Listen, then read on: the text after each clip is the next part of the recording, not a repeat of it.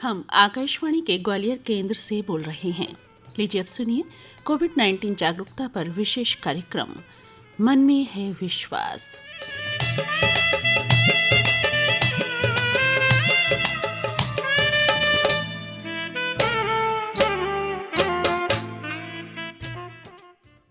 कार्यक्रम के सभी श्रोताओं को आभा गुप्ता का नमस्कार। श्रोताओं, भारत में मधुमेह या डायबिटीज के रोगी बहुत तेजी से बढ़ रहे हैं। एक अनुमान के अनुसार भारत में कुल 6.91 करोड़ लोग डायबिटीज के शिकार हैं, जो कि दुनिया में चीन के बाद दूसरा नंबर है। आनुवंशिक गड़बड़ी और बदलती जीवन शैली के कारण डायबिटीज से होने वाली मौतों में साल 2005 से 2015 के बीच 50% की वृद्धि हुई है। ये देश में मृत्यु का 7वां सबसे बड़ा कारण है। और श्रोताओं, डायबिटीज के कारण शरीर की इम्यूनिटी भी कम होती है। डायबिटीज क्यों होती है और इससे कैसे बचा जा सकता है, और यदि डायबिटीज हो ही गई है तो अपनी जीवन शैली को किस तरह बदलकर और दवाओं के सेवन से इसे कंट्रोल में रखा जा सकता है, इन सभी बिंदुओं पर हमने बात की doctor Rakesh Gaharwar, associate professor medicine, गजरा राजा मेडिकल कॉलेज ग्वालियर से। तो आइए डॉक्टर राकेश गहरवार से की गई ये बातचीत आपको भी सुनवाते हैं। नमस्कार डॉक्टर साहब, आकाशवाणी ग्वालियर के इस कार्यक्रम में आपका बहुत बहुत स्वागत है। धन्यवाद। हम बात करेंगे डायबिटीज रोग के बारे में, क्योंकि आजकल मधुमेह या डायबिटीज रोग काफी तेजी से बढ़ रहा है। आसपास नजर डालें तो बहुत सारे लोग डायबिटीज या मधुमेह की गिरफ्त में दिखाई देते हैं। तो सबसे पहले तो आप यही बताइएगा कि डायबिटीज रोग है क्या और क्यों होता है। जी, डायबिटीज जो है, जिसे हम हिंदी में मधुमेह के नाम से जानते हैं, जी ये जो बीमारी है एक ग्लूकोज मेटाबॉलिज्म जिसे बोलते हैं जी जी जो उसकी बीमारी है। ये डिसीज जो है जिसमें मुख्य जो चीज है वो हाइपरग्लाइसीमिया, जो ग्लूकोज की मात्रा शरीर में अधिक होना और उसके दुष्परिणाम वो डायबिटीज करते हैं। जी इंसुलिन जो प्रोड्यूस होता है हमारे पैनक्रियाज के द्वारा, बीटा सेल जो प्रोड्यूस करते हैं, जी तो मुख्य तौर पर जो जनता को पता है वो दो तरह के डायबिटीज होते हैं। जी जिसको पहला है जिसको बोलते हैं टाइप 1 डायबिटीज जी या इंसुलिन डिपेंडेंट डायबिटीज। अच्छा अच्छा जल्दी उम्र में जो डायबिटीज होती है, कम उम्र के बच्चे हैं उनको टाइप 1 बोलते हैं। अच्छा और इन बच्चों में या इन टाइप 1 डायबिटीज के मरीजों में हम्म। इंसुलिन बिल्कुल भी नहीं बनता है शरीर में, तो इसलिए वो इंसुलिन डिपेंडेंट है। तो इनका मुख्य जो उपचार का तरीका है वो हमें इंसुलिन ही देना पड़ता है इस डायबिटीज में।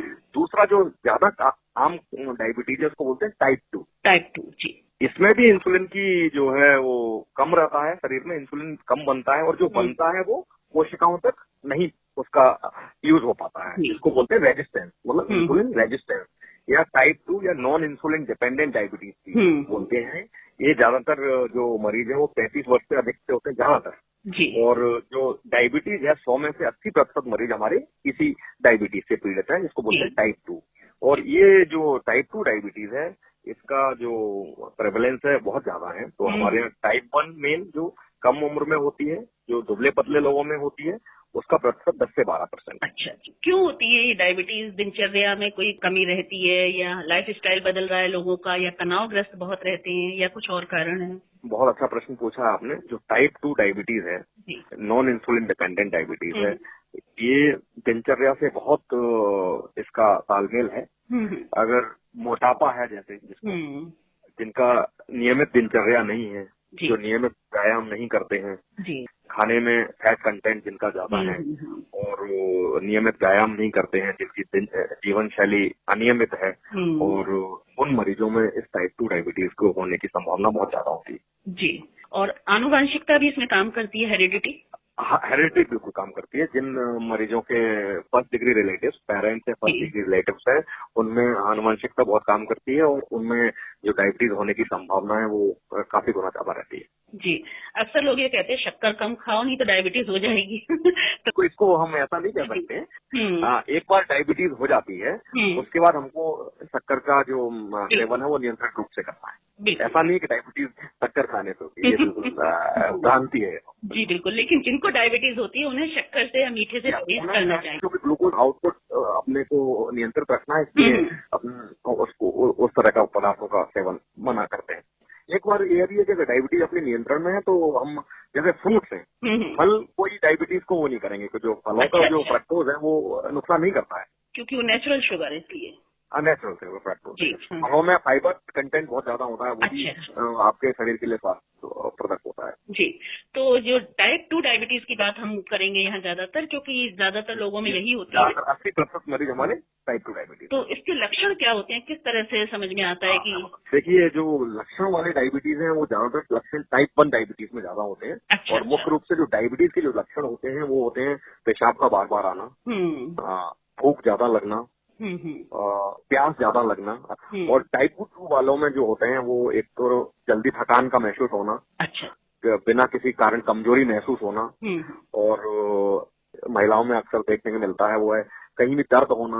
ये डायबिटीज जो है वो किसी न किसी रूप में अंगों को प्रभावित करती है। सबसे प्रमुख रूप से शरीर की नसें प्रभावित होती हैं, जिसको डायबिटिक न्यूरोपैथी बोलते हैं।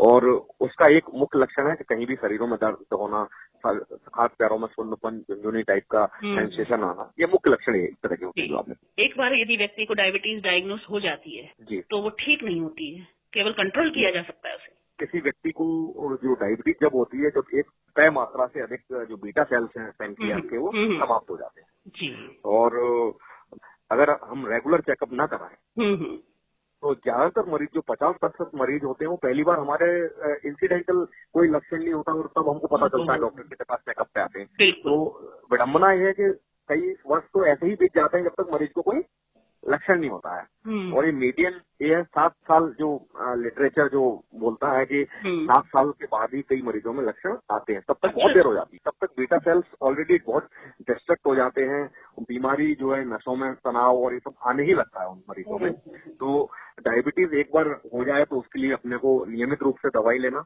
नियमित दिनचर्या को सही करना, तय व्यायाम करना, खान पान में अपने को परहेज करना, ये तीनों चीजें काफी आवश्यक जी।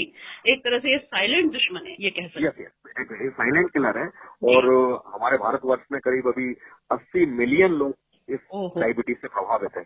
और अगर हम इसका प्रतिशत निकालेंगे तो अर्बन पॉपुलेशन में परसेंटेज समझे 12 से 14% लोगों को डायबिटीज से ग्रसित है। तो ये बहुत बड़ा प्रतिशत है। और इसको बोलते हैं नॉन कम्युनिकेबल डिसीज, उसमें डायबिटीज मुख्य तौर से बहुत बड़ी समस्या है आज। और खासकर भारत को बोलते हैं डायबिटीज कैपिटल भी बोलने लगे हैं, नंबर बहुत ज्यादा है। अच्छा, जैसी डायग्नोस होती है इसको उपचार कराना चाहिए। इसके अलावा जो डायबिटिक लोग हैं उन्हें क्या परहेज करना चाहिए, और क्या हाइपरटेंशन की वजह से भी डायबिटीज हो सकती है? देखिए, जो कोलेस्ट्रॉल की मात्रा है वो नियंत्रित करने की बहुत जरूरत है। जिन लोगों का कोलेस्ट्रॉल बहुत ज्यादा होता है उनमें डायबिटीज होने की संभावनाएं ज्यादा होती है। रही बात ब्लड प्रेशर की, क्योंकि रिस्क फैक्टर्स ज्यादातर कॉमन है, मोटापा, तो इन मरीजों में जो डायबिटीज के मधुमेह के मरीज होते हैं ज्यादातर 40-50 वर्ष के बाद कई मरीजों में ब्लड प्रेशर भी देखने को मिलता है। अपने को परहेज जो आपने बताया, एक तो 40 से 45 मिनट की सुबह ब्रिस्क वॉक, मॉर्निंग वॉक नियमित रूप से मरीजों को करना चाहिए। खाने में नियंत्रण बहुत जरूरी है। तो सबसे पहला सिद्धांत जो हम डायबिटीज के मरीजों को बोलते हैं कि एक टाइम पर जो आहार लें वो कम मात्रा में लें और टुकड़ों में लेना है। जैसे खासकर हमारे एरिया में ज्यादातर लोगों की जो खान पान की शैली है वो मैक्सिमम 2 या 3 बार लेते हैं। बिल्कुल। लेकिन डायबिटीज का सिद्धांत है खाने का कि एक टाइम पर हमको कम लेना है, लेकिन टुकड़ों में लेना है। तो इसको इंग्लिश में बोलते हैं स्मॉल फ्रीक्वेंट मील्स एडवाइज होते हैं हर डायबिटीज मरीज के लिए। यानी कि नाश्ता भी स्किप नहीं करना है, नाश्ता भी जरूर करना, कोई मील नहीं करना। इवन हम पे बोलते हैं सुबह जगते ही थोड़ा सा लें, नाश्ता लें, उसके बाद बीच में स्नैक्स कुछ ले लें, अंकुरित चने हैं या दलिया है, इस तरह से बीच बीच में थोड़ा थोड़ा। और एक टाइम पर जो अपना पोर्शन है, मील का पोर्शन है, वो नियंत्रित रहना चाहिए, कम रहना चाहिए, बहुत ज्यादा नहीं होगा। कम रहेगा तो वो ग्लूकोज मेटाबॉलिज्म इतना इफेक्टिव नहीं होगा। बिल्कुल। आप कह रहे हैं कि डायबिटीज की बीमारी में जो हेरिडिटी काम करती है, जिनके माता या पिता में डायबिटीज है तो बच्चों में होने की संभावना कितनी रहती है? इसका अगर हम देखेंगे तो 4 से 5 गुना आम जनता से ज्यादा रिस्क रहती है जो डायबिटीज के पेरेंट्स या डायबिटीज फर्स्ट रिलेटिव है उनको। अच्छा, तो उनको क्या एहतियात बरतनी चाहिए? क्योंकि जिनके घर में जिसको जेनेटिक प्रीडिस्पोजिशन बोलते हैं, उनको अपना शुरुआत से ही बचपन से, खासकर आपने देखा होगा कि आजकल जो टीनेज अवस्था है 13 से 19 वर्ष में, उसमें मोटापा बहुत आम है आज के समय में, बहुत आम है। आप देखिए तो एक तो बच्चों का जो आउटडोर एक्टिविटीज है वो बहुत जंक फूड बहुत ज्यादा लेते हैं। तो ये इसको नियंत्रित करने की अति आवश्यकता है, क्योंकि डायबिटीज ही नहीं, मोटापा अपने आप में एक गंभीर बीमारी है जो अन्य कई बीमारियों का जड़ है और बहुत बड़ा रिस्क फैक्टर है जी। तो इन बच्चों को शुरुआत से ही रेगुलर व्यायाम, खान पीन का अपना रेगुलर नियंत्रण करना ये बहुत जरूरी है और रेगुलर चेकअप एक सर्टेन एज के बाद। बिल्कुल। फास्ट फूड का चलन बहुत ज्यादा है इस समय हमारे देश में सब जगह, तो क्या ये भी एक वजह है डायबिटीज को बढ़ाने के लिए? ये सब जितने फास्ट फूड है ये शरीर में जो फैट का कंटेंट है उसको बढ़ाते हैं जी, जो वसा की मात्रा है, और वो अपने आप में मोटापा को बढ़ावा देता है और मोटापा बहुत बड़ा रिस्क फैक्टर है डायबिटीज का। तो इनडायरेक्ट तरीके से junk food, fatty diet obesity को जन्म देती है और ओबेसिटी बहुत बड़ा कारण है डायबिटीज का, इंसुलिन खासकर टाइप 2 डायबिटीज के लिए। डायबिटीज जो है शरीर के किन अंगों को प्रभावित करती है और किस तरह से आगे चलकर खतरनाक हो सकती है? देखिए, ये बहुत जानना जरूरी है। डायबिटीज जो बीमारी है, मधुमेह, वो अमूमन शरीर के हर अंग को प्रभावित करती है। इसके दो तरह के कॉम्प्लिकेशंस होते हैं जी। पहले मैं बताऊंगा माइक्रोवैस्कुलर, जो छोटी नसा है उनका माइक्रोवैस्कुलर। अच्छा। इसमें सबसे इम्पोर्टेंट है डायबिटिक न्यूरोपैथी, जैसा मैंने बताया था आपको पहले, नसों का प्रभाव, डायबिटिक न्यूरोपैथी, जिसका परसेंटेज करीब अगर 100 डायबिटिक हैं तो 13% कॉम्प्लिकेशन होता है, 13 to 14%। और दूसरा उसके बाद इम्पोर्टेंट है आंखों को बहुत प्रभावित करती है, जिसको बोलते हैं डायबिटिक रेटाइनोपैथी। रेटिनोपैथी बहुत कॉमन है, डायबिटिक रेटिनोपैथी।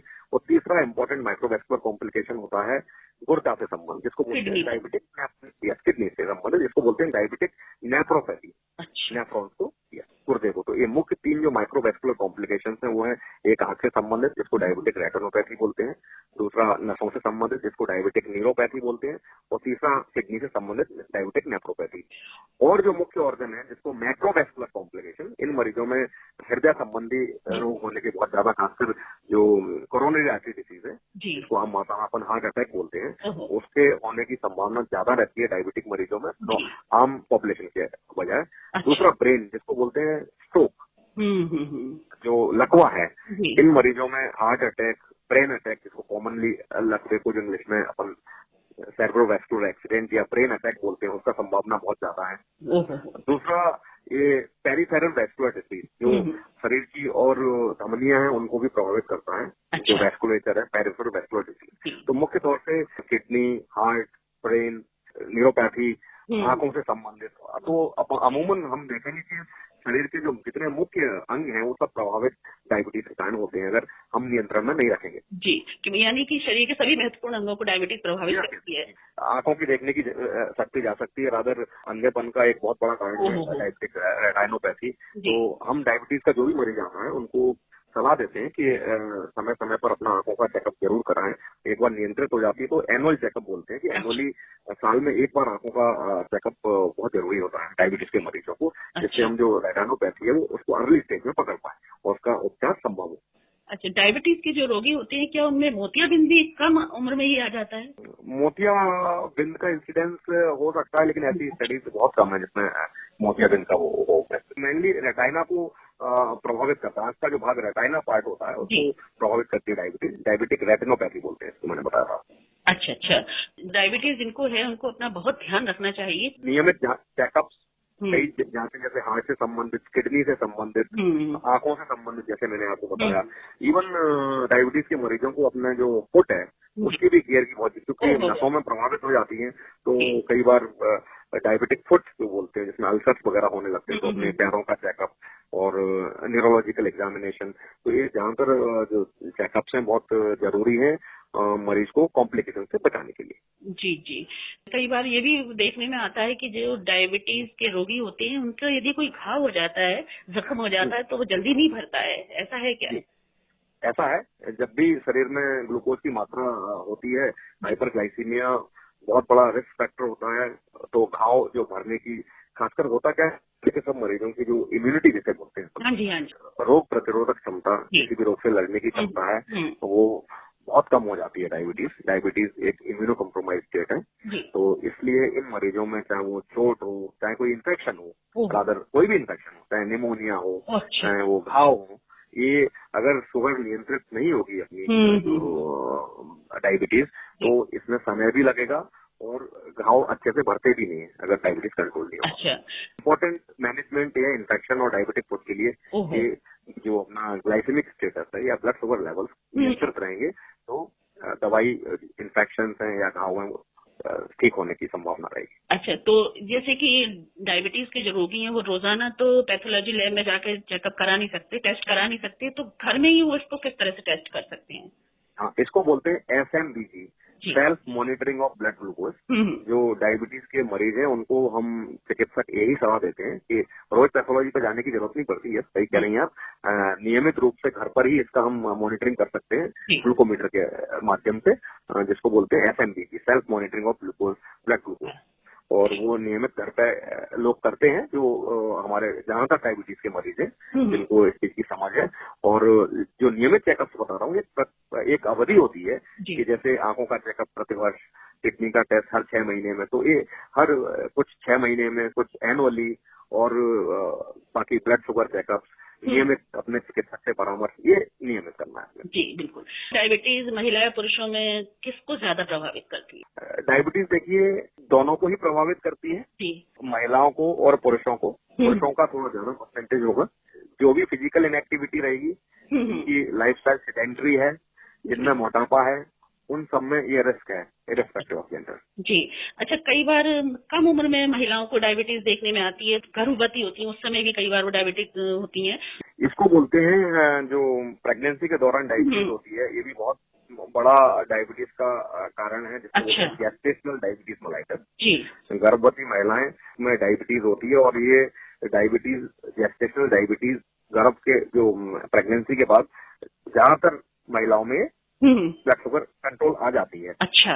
और इनका भी नियमित फॉलोअप करना होता है। डायबिटीज के कई कुछ परसेंटेज ऐसे भी होते हैं जो पहली बार पता चलते हैं। अच्छा। और हो सकता है उनको डायबिटीज, जैसे मैंने बताया कि कई सालों से रही हो, पहली बार ही उसने प्रेगनेंसी में चेकअप कराया हो। अच्छा, तो वो अगर जेस्टेशनल नहीं होगी तो हो सकता है कुछ महिलाओं में फ्रैंक डायबिटीज भी होती है पहले से। और जो जेस्टेशनल डायबिटीज है, प्रेगनेंसी के बाद इनका नियमित चेकअप करना होता है, ब्लड शुगर की मात्राएं नियमित चेकअप के बाद।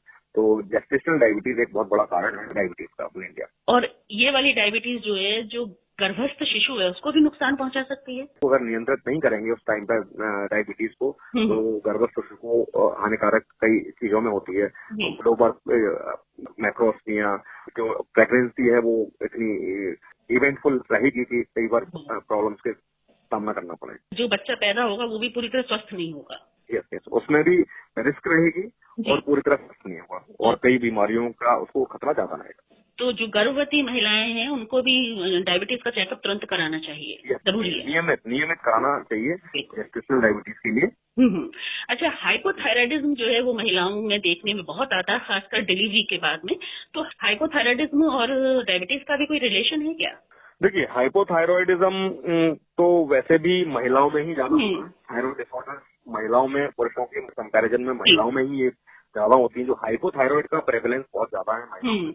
हाइपोथायरॉइड के जो लक्षण होते हैं, वजन बढ़ना, जल्दी थकान होना, ठंड न लगना, यस, ये भी एक मेटाबॉलिक डिसऑर्डर है। और कई जो पेशेंट्स डायबिटीज के महिलाएं हैं उनमें थायराइड ओवरलैप कई मरीजों को देखने में मिलता है। अच्छा, यानी डायबिटिक जो होते हैं उनको हाइपोथायराइडिज्म हो सकता है? हो सकता है, जो रिस्क है वो रहती है। और हम जितने भी डायबिटीज मरीज हैं उनमें थायराइड का चेकअप जब पहली बार मरीज आता है तो हम रेगुलरली कराते हैं इन मरीजों। अच्छा, ठीक। अच्छा डॉक्टर साहब, आजकल कोविड-19 का संक्रमण बहुत तेजी से फैल रहा है और इस समय तो काफी मामले देखने में आ रहे हैं।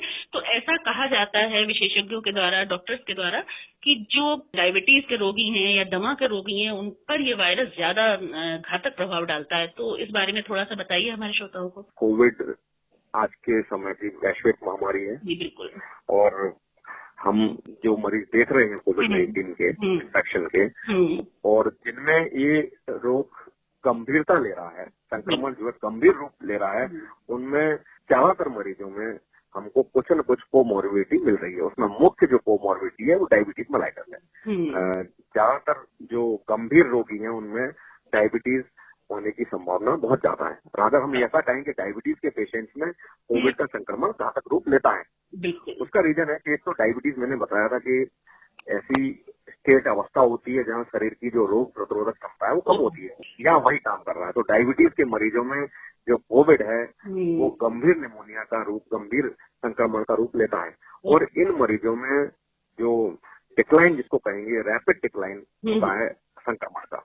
और ये क्रिटिकल ज्यादातर मरीज हमारे जिनकी ब्लड शुगर बहुत हाई होती है, और कई मरीज ऐसे भी हैं जिनको हमको पहली बार, ऐसा अपने चलन होता है कि हम लोग रेगुलरली चेकअप नहीं कराते चेकअप, तो कई बार मरीज संक्रमण गंभीर आता है और हम उनकी शुगर देखें तो बहुत हाई निकलती है। तो कई बार पहली बार ही, कोविड में भी कई मरीजों को पहली बार पता चला कि हमको डायबिटीज की थी। क्योंकि जब तक इन्फेक्शन कोई शरीर में कोई ऐसा लक्षण हो तो हमारे यहाँ ऐसी टेंडेंसी रेगुलर चेकअप कराए। तो कई मरीजों को आश्चर्य भी होता है कि हमको भी डायबिटीज थी। तो वो कोविड जब गंभीर होता है तो डायबिटीज, और डायबिटीज जिनमें ब्लड शुगर बहुत ज्यादा होती है वो बहुत बड़ा रिस्क फैक्टर है। ये मरीज कोविड से बहुत घातक संक्रमण में तब्दील हो जाते हैं जो डायबिटीज के। जो डायबिटीज के रोगी हैं जिन्हें मालूम है कि उन्हें डायबिटीज है, चाहे वो इंसुलिन डिपेंडेंट हो या दवा से काम चलता हो उनका, तो उन्हें इस समय क्या एहतियात बरतना चाहिए, क्योंकि बाहर तो घर से कई बार निकलना ही पड़ता है। देखिए, अभी हम सभी को यही वो कहते हैं कि अभी तो जब तक पूर्णतः कोई कोविड का इलाज नहीं है तब तक हम बचाव ही सबसे बड़ा उपचार है जी। और ये मरीज जरूरत हो तभी घर से निकले, मेरा ये संदेश है।